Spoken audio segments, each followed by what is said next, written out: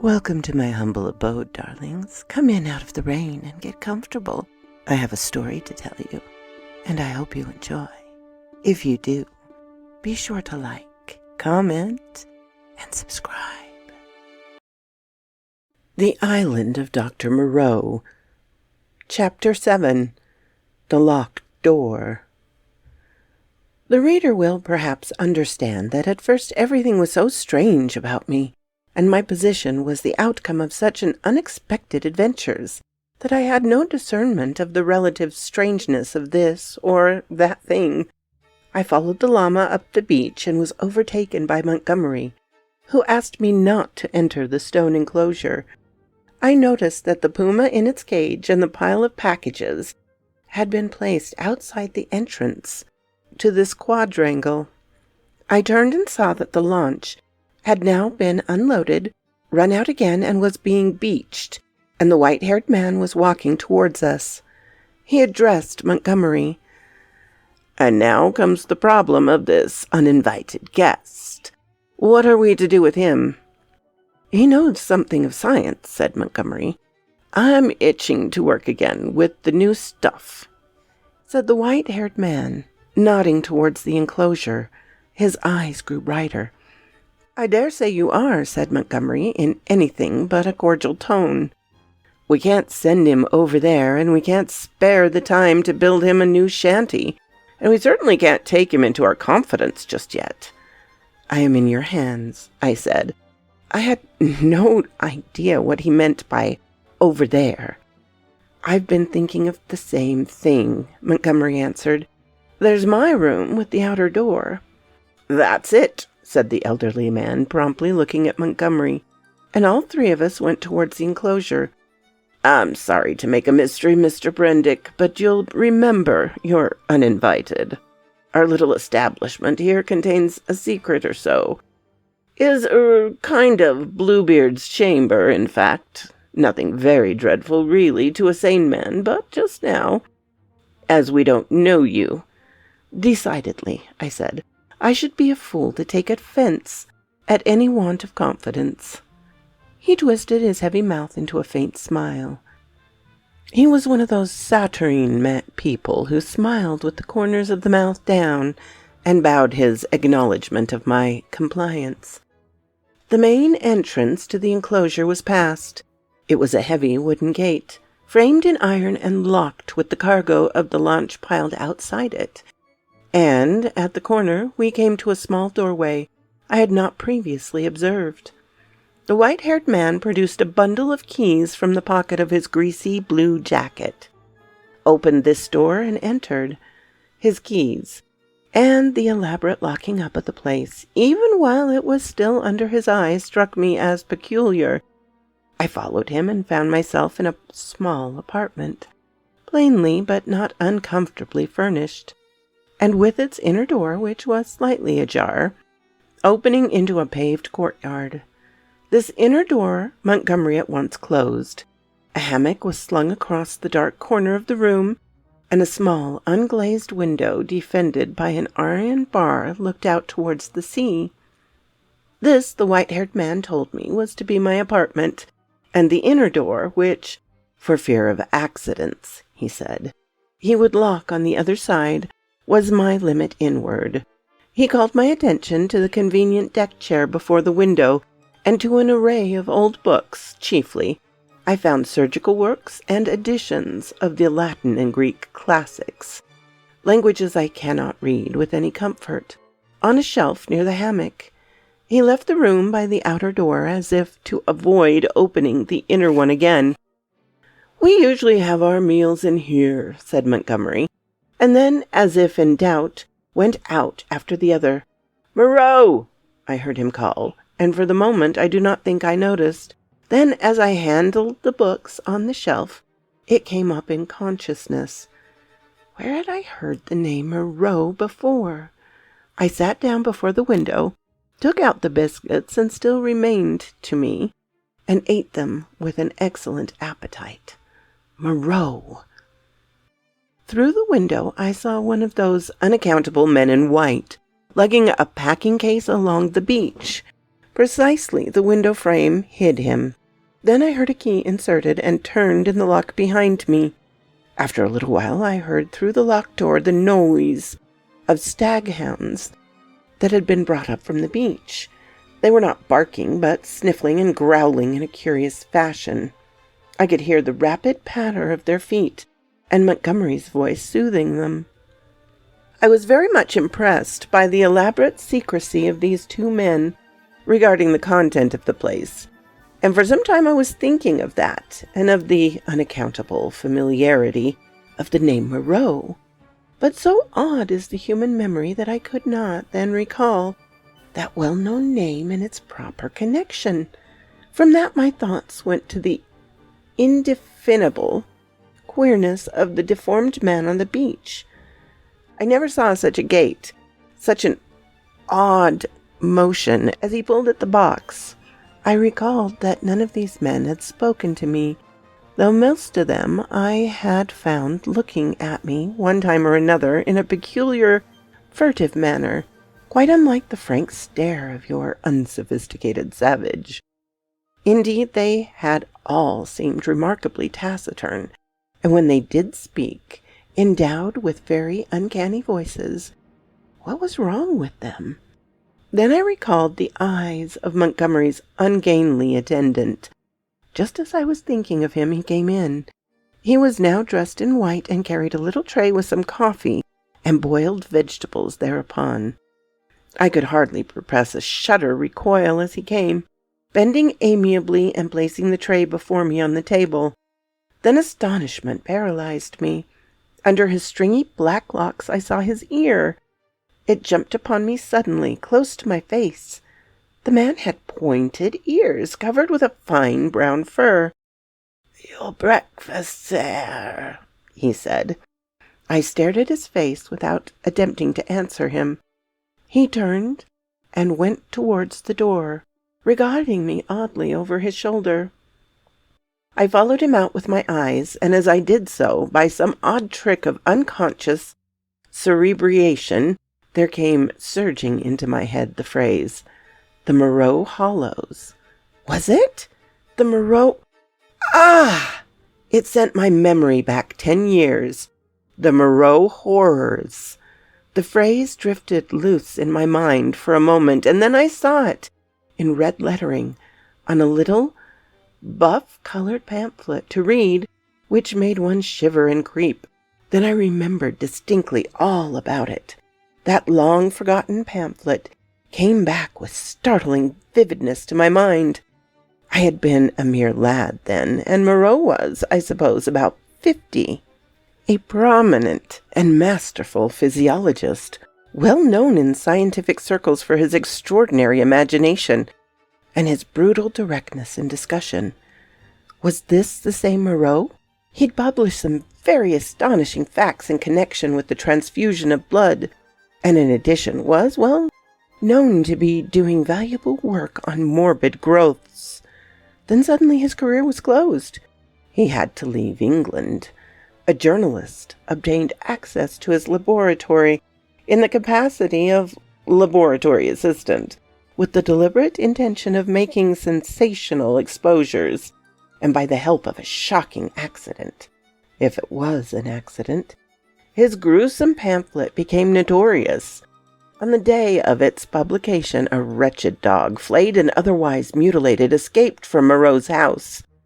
It was in the silly season, and a prominent editor, a cousin of the temporary laboratory assistant, appealed to the conscience of the nation.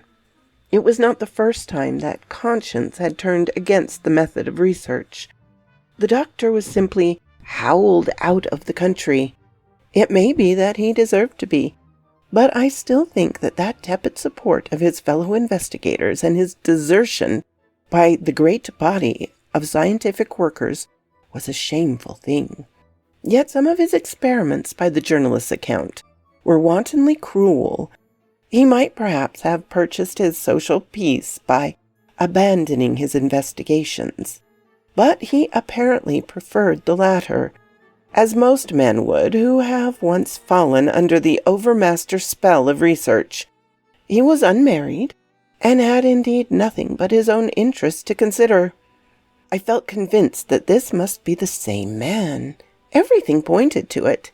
It dawned upon me to what end the puma and the other animals, which had now been brought with the luggage into the enclosure behind the house, were destined, and a curious faint odor, the halitus of something familiar, an odor that had been in the background of my consciousness hitherto, suddenly came forward into the forefront of my thoughts. It was the antiseptic odor of the dissecting room. I heard the puma growling through the wall, and one of the dogs yelped as though it had been struck. Yet surely, and especially to another scientific man, there was nothing so horrible in vivisection as to account for this secrecy, and by some odd leap in my thoughts, the pointed ears and luminous eyes of Montgomery's attendant came back again before me with the sharpest definition. I stared before me out at the green sea, frothing under the freshening breeze, and let these and other strange memories of the last few days chase one another through my mind. What could it all mean? A locked enclosure on a lonely island, a notorious vivisector, and these crippled and distorted men. Chapter 8. The Cry of the Puma. Montgomery interrupted my tangle of mystification and suspicion about 1 o'clock, and his grotesque attendant followed him with a tray bearing bread, some herbs and other eatables, a flask of whiskey, a jug of water, and 3 glasses and knives. I glanced askance at this strange creature, and found him watching me with his queer, restless eyes. Montgomery said he would lunch with me, but that Moreau was too preoccupied with some work to come. "Moreau," I said. "I know that name." "The devil you do," said he. "What an ass I was to mention it to you. I might have thought. Anyhow, it will give you an inkling of our mysteries. Whiskey? No thanks, I'm an abstainer. I wish I'd been. But it's no use locking the door after the steed is stolen. It was that infernal stuff which led to my coming here. That and a foggy night. I thought myself in luck at the time when Moreau offered to get me off. It's queer." "Montgomery," I said suddenly as the outer door closed, "why has your man pointed ears?" "Damn," he said, over his first mouthful of food. He stared at me for a moment, then repeated, "Pointed ears?" "Little points to them," I said as calmly as possible, with a catch in my breath, "and a fine black fur at the edges." He helped himself to whiskey and water with great deliberation. I was under the impression that his hair covered his ears. I saw them as he stooped by me to put that coffee you sent me on the table, and his eyes shine in the dark. By this time Montgomery had recovered from the surprise of my question. "I always thought," he said deliberately, with a certain accentuation of his flavoring of lisp, "that there was something the matter with his ears from the way he covered them. What were they like?" I was persuaded from his manner that this ignorance was a pretense. Still, I could hardly tell the man that I thought him a liar. "Pointed," I said, "rather small and furry. Distinctly furry, but the whole man is one of the strangest beings I've set my eyes on." A sharp, hoarse cry of animal pain came from the enclosure behind us. Its depth and volume testified to the puma. I saw Montgomery wince. "Yes?" he said. "Where did you pick up the creature?" "San Francisco. He's an ugly brute, I admit, half-witted, you know. Can't remember where he came from, but I'm used to him, you know. We both are. How does he strike you?" "He's a natural," I said. "There's something about him. I don't think me fanciful, but it gives me nasty little sensations. A tightening of my muscles when he comes near me. It's a touch of the diabolical, in fact." Montgomery had stopped eating while I told him this. "Rum," he said. "I can't see it." He resumed his meal. "I had no idea of it," he said, and masticated. "The crew of the schooner must have felt it the same. Made a dead set at the poor devil. You saw the captain." Suddenly the puma howled again, this time more painfully. Montgomery swore under his breath. I saw half a mind to attack him about the men on the beach. Then the poor brute within gave vent to a series of short, sharp cries. "Your men on the beach," I said. "Oh, what race are they?" "Excellent fellows, aren't they?" he said absent-mindedly, knitting his brows as the animal yelled out sharply. I said no more. There was another outcry, worse than the former. He looked at me with his dull gray eyes, and then took some more whiskey. He tried to draw me into a discussion about alcohol, professing to have saved my life with it. He seemed anxious to lay stress on the fact that I owe my life to him. I answered him distractedly. Presently our meal came to an end. The misshapen monster with the pointed ears cleared the remains away, and Montgomery left me alone in the room again. All the time he had been in a state of ill-concealed irritation at the noise of the vivisected puma. He had spoken of his odd want of nerve, and left me to the obvious application. I found myself that the cries were singularly irritating, and that they grew in depth and intensity as the afternoon wore on. They were painful at first, but their constant resurgence at last together upset my balance. I flung aside a crib of Horace I had been reading and began to clench my fists, to bite my lips, and to pace the room. Presently I got to stopping my ears with my fingers. The emotional appeal of those yells grew upon me steadily, grew at last to such an exquisite expression of suffering that I could stand it in that confined room no longer. I stepped out of the door into the slumberous heat of the late afternoon and walked past the entrance. Locked again, I noticed. Turned the corner of the wall. The cry sounded even louder out of doors. It was as if all the pain in the world had found a voice. Yet I had known such pain was in the next room. And had it been dumb, I believe, I would have thought, since I could have stood it well enough. It's when the suffering finds a voice and sets our nerves quivering that this pity comes troubling me.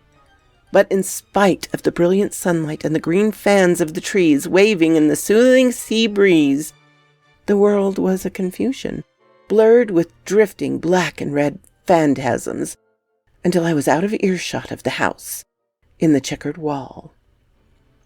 Chapter 9. The Thing in the Forest.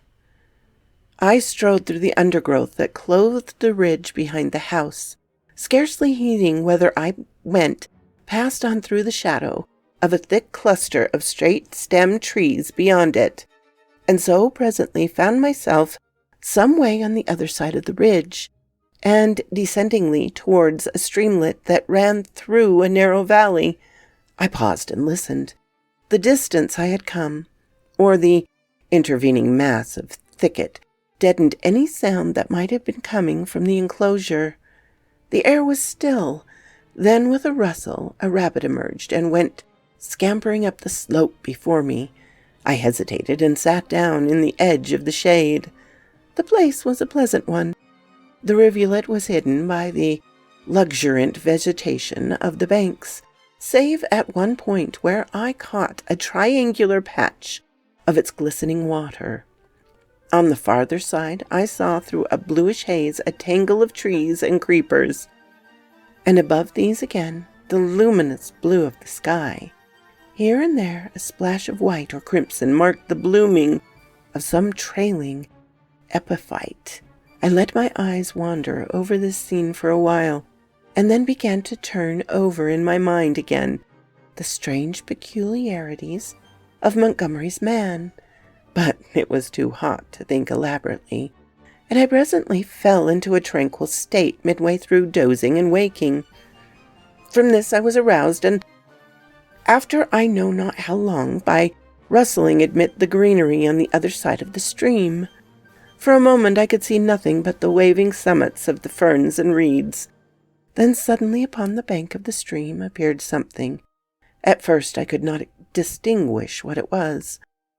It bowed its rounded head to the water and began to drink.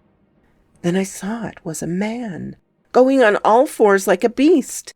He was clothed in bluish cloth and was of a copper-colored hue, with black hair. It seemed that grotesque ugliness was an invariable character of these islanders. I could hear the suck of the water as his lips as he drank. I leant forward to see him better, and a piece of lava detached by my hand went pattering down the slope. He looked up guiltily, and his eyes met mine. Forthwith, he scrambled to his feet and stood wiping his clumsy hand across his mouth and regarding me. His legs were scarcely half the length of his body. So, staring one another out of countenance, we remained for perhaps the space of a minute. Then, stopping to look back once or twice, he slunk off among the bushes to the right of me. I heard the swig of the fawns grow faint in the distance and die away. Long after he had disappeared, I remained sitting up staring in the direction of his retreat. My drowsy tranquillity had gone. I was startled by the noise behind me, and turning suddenly, saw the flapping white tail of a rabbit vanish up the slopes. I jumped to my feet. The apparition of this grotesque, half-bestial character had suddenly populated the stillness of the afternoon for me. I looked around me rather nervously and regretted that I was unarmed. Then I thought that the man I had just seen had been clothed in bluish cloth, had not been naked as a savage would have been, and I tried to persuade myself, from the fact that he was, after all, probably a peaceful character, that the dull ferocity of his countenance belied him. Yet I was greatly disturbed at the apparition. I walked to the left along the slope, turning my head about and peering this way and that among the strange stems of the trees. Why should a man go on all fours and drink with his lips? Presently I heard an animal wailing again, and taking it to be the puma, I turned about and walked in the direction diametrically opposite to the sound. This led me down to the stream, across which I stepped and pushed my way up through the undergrowth beyond. I was startled by a great patch of vivid scarlet on the ground, and going up to it, found it to be a peculiar fungus, branched and corrugated, like a foliaceous lichen, but the deliquescing into slime at the touch. And then, in the shadow of some luxuriant fern, I came upon an unpleasant thing, the dead body of a rabbit, covered with shining flies, but still warm and with the head torn off. I stopped aghast at the sight of the scattered blood. Here at last was one visitor to the island disposed of. There was no trace of other violence about it. It looked as though it had been suddenly snatched up and killed. And as I stared at the little furry body, came the difficulty of how the thing had been done. The vague dread that had been in my mind since I had seen the inhuman face of the man at the stream grew distincter as I stood there. I began to realize the hardihood of my expedition among these unknown people. The thicket about me became altered to my imagination. Every shadow became something more than a shadow, became an ambush. Every rustle became a threat. Invisible things seemed watching me. I resolved to go back to the enclosure on the beach. I suddenly turned away and thrust myself violently, possibly even frantically, through the bushes, anxious to get a clear space about me again. I stopped just in time to prevent myself emerging on an open space. It was a kind of glade in the forest, made by a fall. Seedlings were already starting up to struggle for the vacant space, and beyond, the dense growth of stems and twining vines and splashes of fungus and flowers closed in again. Before me, squatting together upon the fungoid ruins of a huge fallen tree, and still unaware of my approach, were three grotesque human figures. One was evidently a female. The other two were men. They were naked, save for swathings of scarlet cloth about the middle, and their skins were full of a dull pinkish drab color. such as I had seen in no savage before. They had fat, heavy, chinless faces, retreating foreheads, and a scant, bristly hair upon their heads. I never saw such bestial-looking creatures. They were talking, or at least one of the men were talking to the other two, and all three had been too closely interested to heed the rustling of my approach. They swayed their heads and shoulders from side to side. The speaker's words came thick and sloppy, and though I could hear them distinctly, I could not distinguish what he said. He seemed to me to be reciting some complicated gibberish. Presently his articulation became shriller, and spreading his hands as he rose to his feet, at the others began to gibber in unison, also rising to their feet, spreading their hands and swaying their bodies in rhythm with their chant.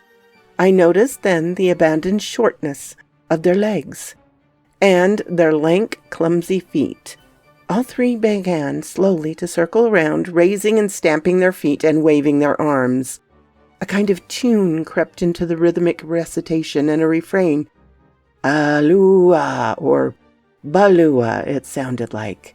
Their eyes began to sparkle, and their ugly faces to brighten, with an expression of strange pleasure.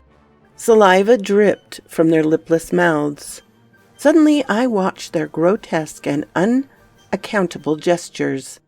I perceived clearly for the first time what it was that had offended me and what had given me the two inconsistent and conflicting impressions of utter strangeness, and yet of the strangest familiarity. The three creatures engaged in this mysterious rite were human in shape, and yet human beings with the strangest air about them of some familiar animal. Each of these creatures, despite its human form, its rag of clothing, and the rough humanity of its bodily form, had woven into its movements, into the expression of its countenance, into the whole presence, now some irresistible suggestion of a long, swinish taint, the unmistakable mark of the beast. I stood overcome by this amazing realization, and then the most horrible questionings came rushing into my mind. They began leaping in the air, first one and then the other, whooping and grunting.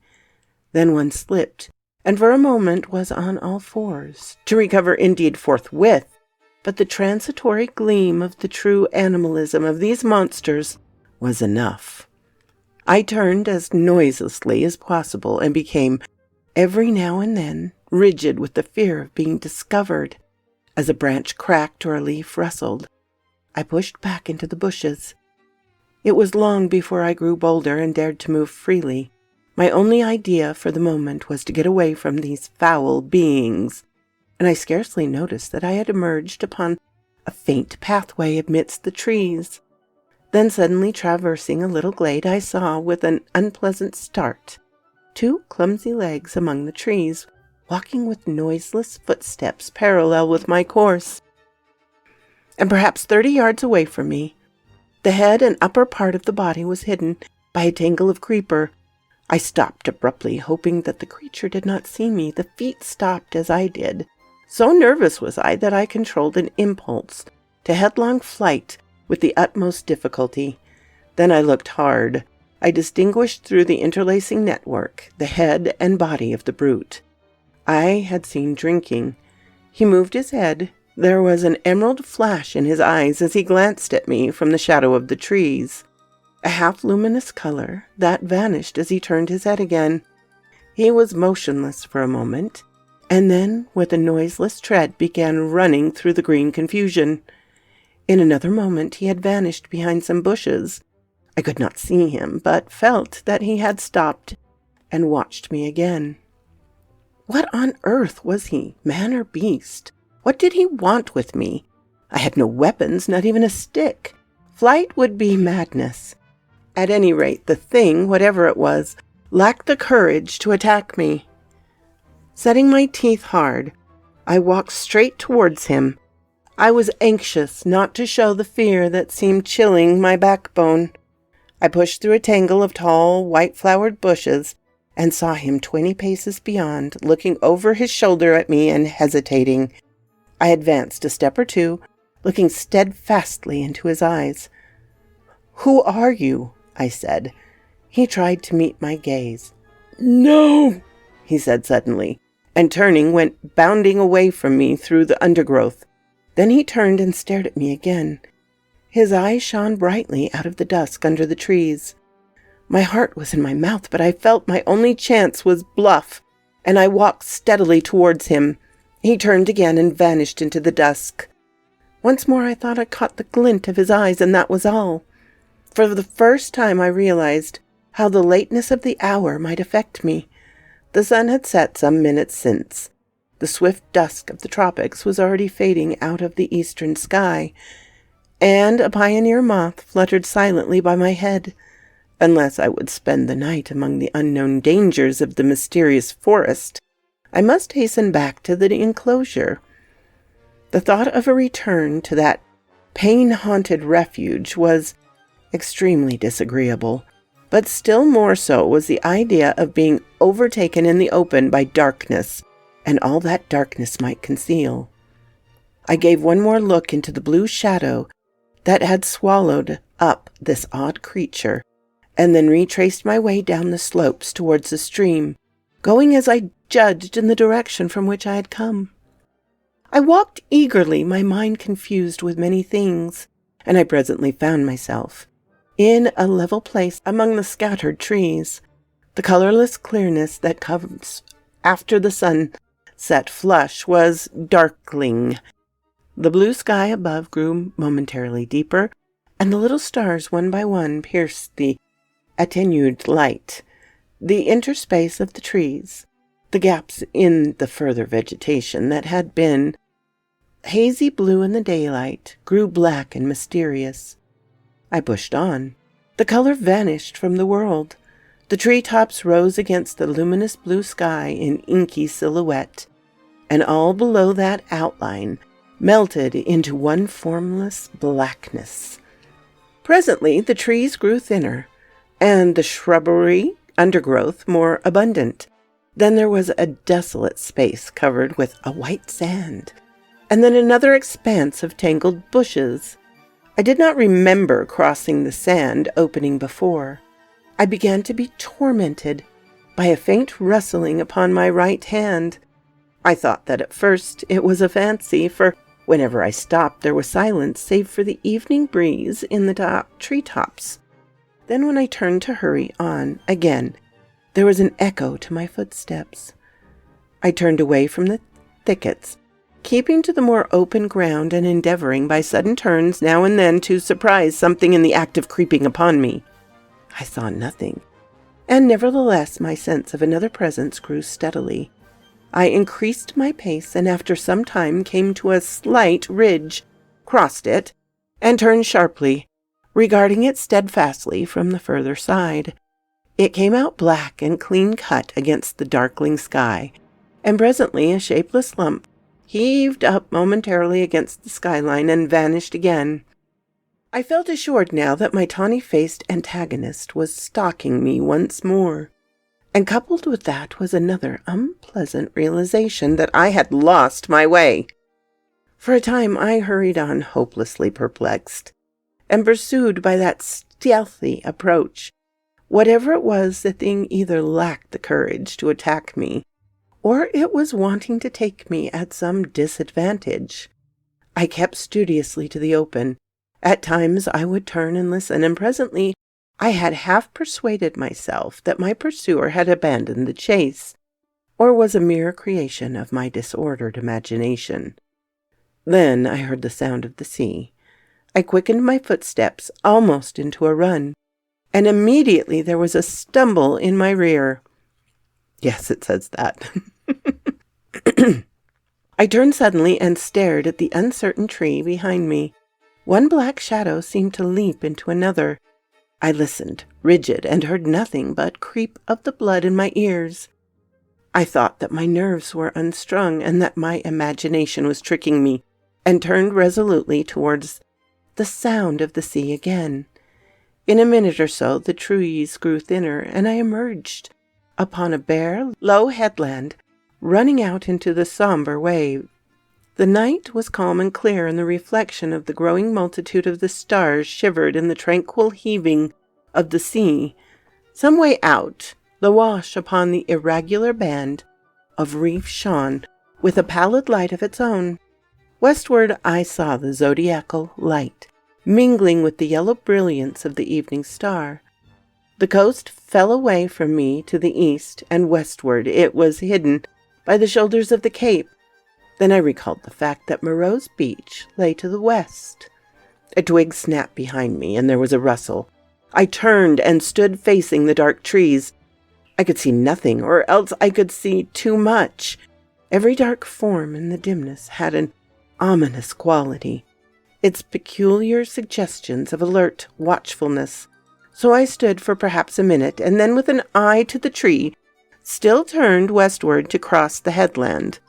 And as I moved, one among the lurking shadows moved to follow me. My heart beat quickly. Presently the broad sweep of a bay to the westward became visible, and I halted again. The noiseless shadow halted a few dozen yards from me. A little point of light shone on the further bend of the curve, and the gray sweep of the sandy beach lay faint under the starlight. Perhaps 2 miles away was that little point of light. To get to the beach, I should have to go through the trees, where the shadows lurked, and down to a bushy slope. I could see the thing rather more distinctly now. It was no animal, for it stood erect. At that I opened my mouth to speak, and found a hoarse phlegm choked my voice. I tried again and shouted, "Who's there?" There was no answer. I advanced a step. The thing did not move, only gathered itself together. My foot struck a stone. That gave me an idea. Without taking my eyes off the black form before me, I stooped and picked up this lump of rock. But at my motion the thing turned abruptly, as a dog might have done, and slunk obliquely into the furthest darkness. Then I recalled a schoolboy expedient against big dogs, and twisted the rock into my handkerchief, and gave this a turn round my wrist.